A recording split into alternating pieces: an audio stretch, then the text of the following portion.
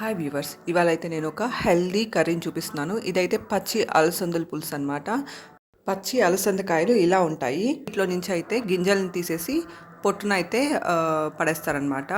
కాయల్లోని గింజలన్నీ ఇలా తీసుకొని ఈ గింజలను అయితే ఒకసారి కడిగేసి కుక్కర్లోకి తీసుకొని అందులోకి తగినంత కారాన్ని, ఉప్పుని, పసుపుని, ధనియాల పొడిని వేసి తగినంత నీళ్ళని అయితే వేసేసి మూత పెట్టి ఉడికించుకోవాలన్నమాట.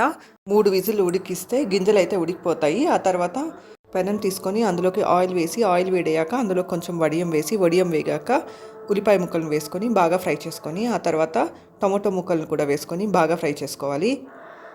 టమోటో ముక్కలు బాగా మగ్గే వరకు ఫ్రై చేసుకోవాలన్నమాట.